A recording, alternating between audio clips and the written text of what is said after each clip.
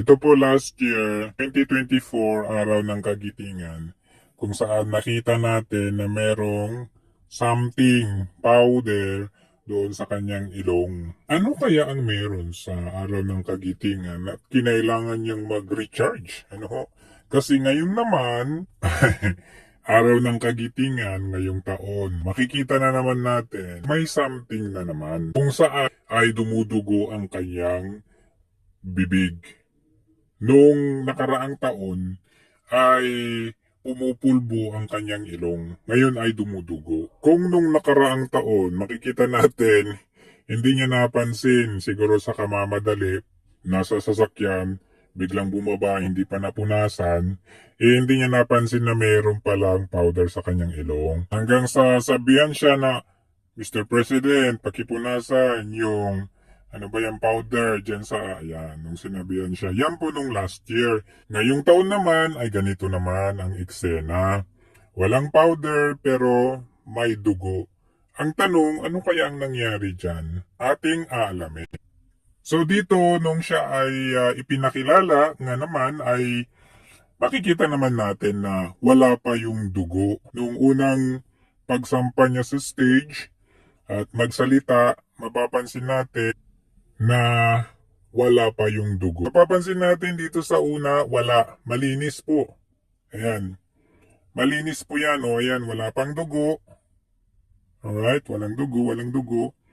And then, i-fast forward natin, about 2 minutes na siyang nagsasalita, nag-uumpisa ng lumabas yung dugo from the back. From the lower part, makikita natin unti-unti nang lumalabas yung dugo. Tingnan natin na, obserbahan natin. Ayan po, nag-umpisa na. Makikita natin, ayan na. Papunta na sa harapan, hanggang sa parang nagmamama na siya. Ayan. Hindi naman po siguro mamayan, di ba? Ayan na. So, ulitin natin, recap natin. Sa umpisa ng kanyang speech, wala pang dugo.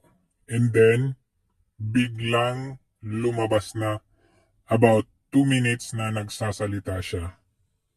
Ayan. Ang tanong ng bayan, ano kaya ang dahilan? Siyempre, nung mga sumunod na event like dun sa National Food Fair, wala na. Wala na yung dugo. Siyempre, nasabihan na siya, di ba?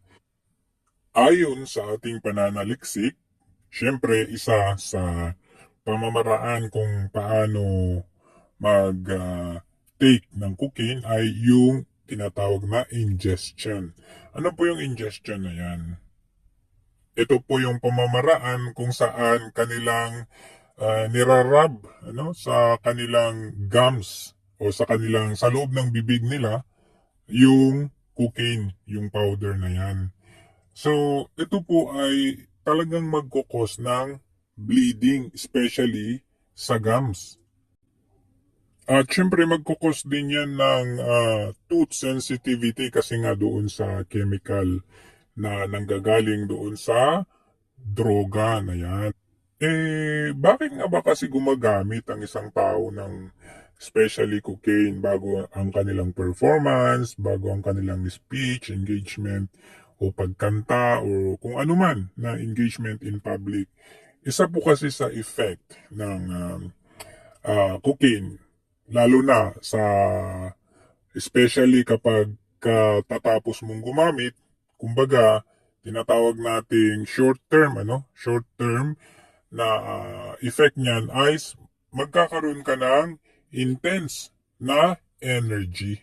So, pampalakas din yan. Tama yung sinabi ni Marbil na pampahaba daw ng oras kasi puyat yung mga yung mga nagtatrabaho sa call center, for example. So, ngayon, isa pa, syempre, happiness. Kaya nakita niyo si President Marcos masyadong happy. And then, ano pa ang effect niyan? Ito, increased in talking. Masyado ka nang madada. Tapos, masyado kang social. Kumbaga, masyado kang friendly. And then, ano pa? Kagaya ng sinabi natin, increased energy. Kaya mapapansin ninyo ang isang tao na tahimik naman yung tao, ang pagkakilala nyo tahimik, mahiyain, tapos biglang parang hindi ninyo kilala from somewhere itong taong ito, maaari po yan ay gumamit. So, isa po sa disturbing na effect ng cocaine abuse sa atin ay yung pagkasira ng ating oral palate, yung hard palate at saka yung soft palate. Ano po yan? Ayan po, ayan. Kung titignan natin, ang ating hard palate ay dito sa may gums, dito sa may unahan at saka yung soft dito sa may likod. So talagang masisira yan dahil dun sa chemical. According to this, ating pagsaliksik, pag naabuso po natin ang paggamit ng cocaine, ay nagkakaroon po ng sugat-sugat. In short, magkakaroon ng butas. Napakadelikado po yan kasi anytime maglilik yung dugo, anytime. Kaya nakita natin yung pinakita ko sa inyo, di ba? Sa unang parte ng kanyang speech, di ba? Dito sa unang parte, wala pang dugo. Hindi pa naglilik. O so, siguro nung katatapos, hindi natin alam kung anong katatapos saan yan, unti-unting nag-leak yung dugo. O yan, makikita natin unti-unti na. Ito, about a minute. Ayan na po, lumalabas na. Lumalabas na. Ayan na. Unti-unti. Ayan ho. Ayan na. Nakita nyo? Ayan na. Ayun. Hanggang sa dumanak na. Ayun, grabe yung term mo. Dumanak na.